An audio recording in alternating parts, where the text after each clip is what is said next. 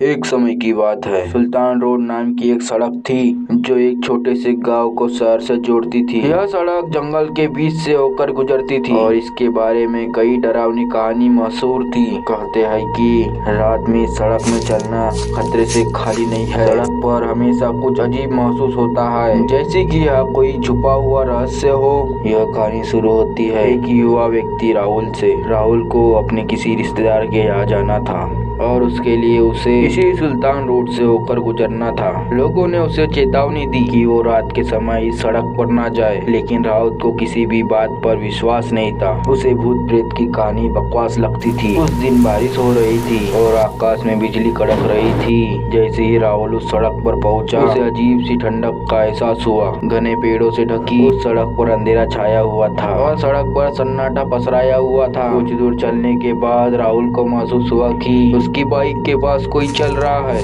उसने पीछे मुड़कर देखा, लेकिन उसे कोई दिखाई नहीं दिया। राहुल ने इसे अपनी कल्पना समझा और आगे बढ़ गया, पर जैसे ही उसने कुछ कदम आगे बढ़ाया, उसे एक महिला की चीख सुनाई दी। राहुल का दिल जोरों से धड़कने लगा। उसने अपने चारों ओर नजर दौड़ाई, लेकिन वहाँ कोई नहीं था। कुछ देर के बाद अचानक उसे सड़क के किनारे सफेद कपड़े में एक महिला खड़ी दिखी। उसकी आंखें लाल थी और चेहरे पे गहरी उदासी थी। वह चुपचाप खड़ी थी और उसकी नजर सीधी राहुल पर टिकी हुई थी। राहुल डर गया था, लेकिन उसने अपने डर को काबू किया और सोचा कि ये उसका भ्रम हो सकता है, और उसने अपनी बाइक को तेज कर लिया। लेकिन जैसे ही वो आगे बढ़ा, उसे लगा कि वह महिला उसके साथ साथ चल रही है, लेकिन अचानक उसकी बाइक बंद हो गई। राहुल ने बाइक को बार बार स्टार्ट करने की कोशिश की, लेकिन बाइक ने उसकी बात मानने को इनकार कर दिया। अब राहुल के पास और कोई चारा नहीं बचा था। उसे पैदल ही आगे बढ़ना पड़ा। जैसे ही उसने पैदल चलना शुरू किया, उसे किसी की पैदल चलने की आवाज आने लगी। राहुल ने पीछे मुड़कर देखा और वह महिला उसके एकदम पास खड़ी थी।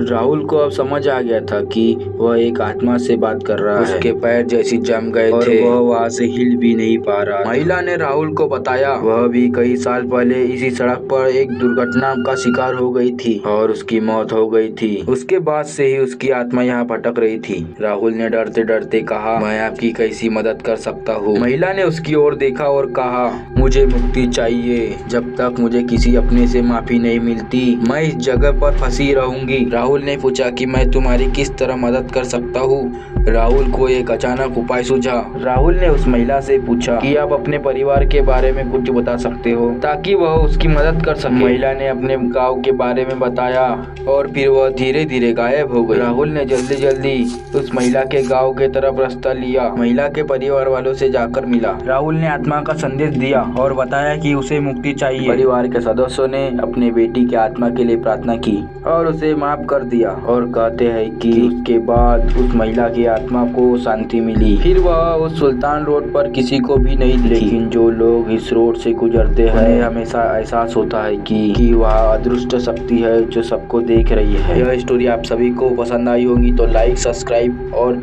कमेंट में बताओ कि यह वीडियो कैसी लगी। मेरा